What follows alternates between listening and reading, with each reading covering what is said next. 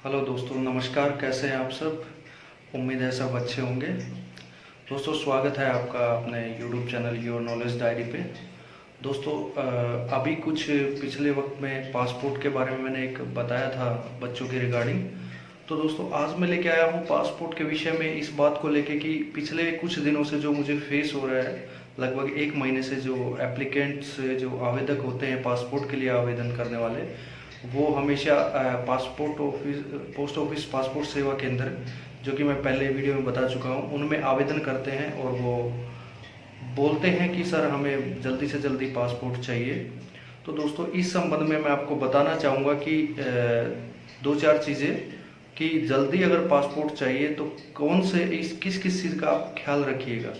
वैसे तो बहुत सारी चीज़ें पे डिपेंड करता है जल्दी पासपोर्ट आना, कि अलग अलग कंडीशंस में आप पहली बार पासपोर्ट बनवा रहे हैं या आप री इशू करवा रहे हैं या कोई नाम या एड्रेस चेंज करा रहे हैं। दोस्तों, तो सबसे तेज़ी नॉर्मल प्रोसेस किस में हो सकता है वो मैं आपको बता देता हूँ। दोस्तों, सबसे पहले तो आप इस बात का ख्याल रखिएगा कि अगर आपको जल्दी पासपोर्ट चाहिए तो कोशिश करिए कि आप पोस्ट ऑफिस पासपोर्ट सेवा केंद्र में अप्लाई ना करके पासपोर्ट सेवा केंद्र में अप्लाई करें, या पासपोर्ट ऑफिस में ही जाके अपनी अपॉइंटमेंट जो है बुक करें। उसमें जाके अपना फोटोग्राफी डॉक्यूमेंट स्कैनिंग का जो प्रोसेस रहता है उसी में अपने अपॉइंटमेंट ले। उससे क्या होता है दोस्तों, पोस्ट ऑफिस पासपोर्ट सेवा केंद्र भी दो तरीके के होते हैं, एक ऑफलाइन मोड में, एक ऑनलाइन मोड में। तो काफ़ी सारे क्या होता है कि ऑनलाइन मोड में नहीं चले होते, ऑफलाइन मोड में होते हैं। उस वजह से ऑफलाइन मोड की वजह से जो फाइलें होती हैं, आपका फ़ोटो खींच दिया जाता है, डॉक्यूमेंट अटैच कर दी जाते हैं, डॉक्यूमेंट्स की जीरोक्स, और उसको रीजनल पासपोर्ट ऑफिस में भेजा जाता है बाई स्पीड पोस्ट। दोस्तों, वहाँ जाके उनको कंप्यूटर में दोबारा स्कैनिंग के थ्रू रिकॉर्ड रखने के लिए चढ़ाया जाता है। फिर ग्रांटिंग ऑफिसर उनको ग्रांट करता है। दोस्तों, उसके बाद आपकी पुलिस इंक्वायरी जनरेट होती है। तो ये 3 से 4 दिन आपकी फाइल भेजने में लग जाते हैं दोस्तों, और 3 से 4 दिन रीजनल पासपोर्ट ऑफिस में जो है आपका ये ग्रांटिंग होने में लग जाता है। और ज़्यादा भी दिन लग सकता है, डिपेंड करता है कि कौन सा पासपोर्ट ऑफिस में कितनी सारी फाइल्स पेंडिंग है या कितना बड़ा ऑफिस है। तो सबसे पहले तो 8-10 दिन का आपका समय व्यर्थ यही हो जाता है और आप चाहते हैं जल्दी। तो इस केस में, और पोस्ट ऑफिस पासपोर्ट सेवा केंद्र में भी आप इसलिए अप्लाई करते हैं क्योंकि वो आपके नज़दीक होता है, आपको फैसिलिटेट लगता है। तो दोस्तों, मैं फिर भी एक सलाह दूंगा कि जब भी आपको पासपोर्ट जल्दी चाहिए, अर्जेंसी है, तो आप उस पोस्ट ऑफिस पासपोर्ट सेवा केंद्र में अप्लाई करें जो ऑनलाइन मोड में संचालित हो, जिससे इंक्वायरी तुरंत जनरेट हो जाती हो। दोस्तों, कि ऑफलाइन मोड में तो समझ लीजिए कि आपका डिले होना ही होना है, क्योंकि उसमें फाइल कलेक्शन करके भेजा जाता है। ऑनलाइन मोड में कम से कम आपकी इंक्वायरी साइड जाती रहती है और इंक्वायरी हो जाएगी और पासपोर्ट आपका थोड़ा सा उस ऑफलाइन मोड से ज़्यादा जल्दी आने की संभावना रहती है।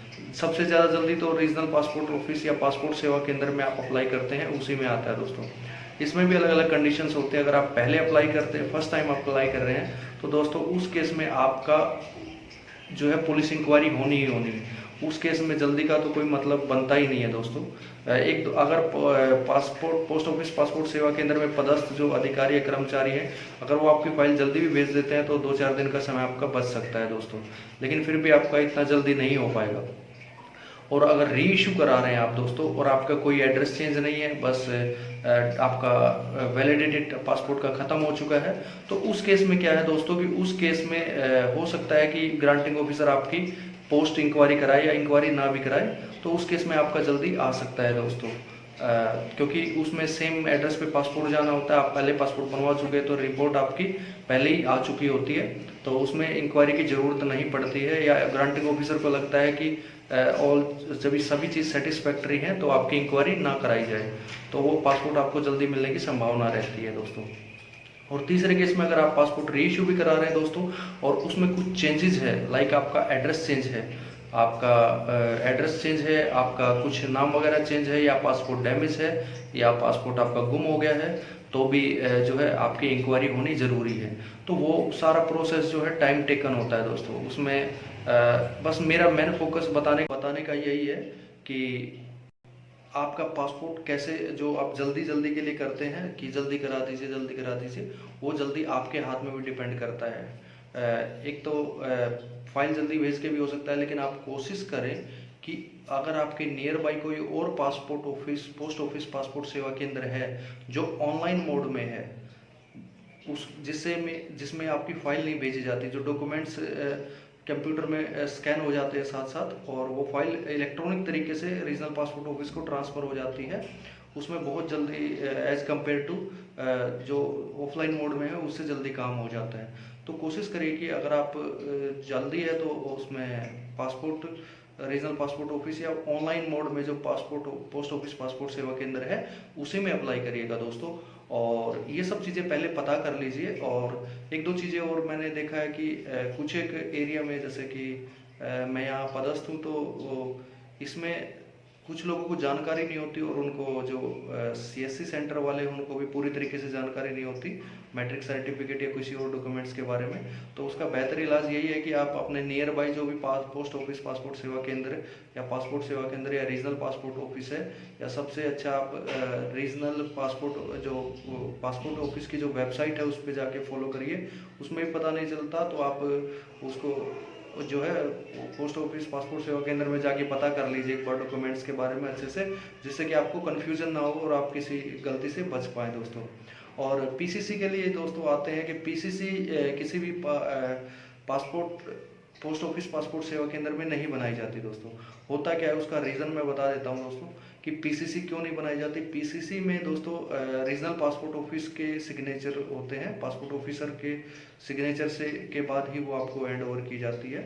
तो जो भी जितने भी पासपोर्ट, पोस्ट ऑफिस, पासपोर्ट सेवा केंद्र के कर्मचारी, अधिकारी जो डेप्यूट किए जाते हैं रीजनल पासपोर्ट ऑफिस से पासपोर्ट सेवा केंद्र में, वो अंडर सुप्रीडेंट से पहले के जो कर्मचारी होते हैं वही डेप्यूट किए जाते हैं। सुप्रीडेंट के बाद उनको डेप्यूट नहीं किया जाता, वो रीजनल पासपोर्ट ऑफिस में ही रहते हैं, तो वो उनकी अथॉरिटी नहीं होती है पीसीसी देने की।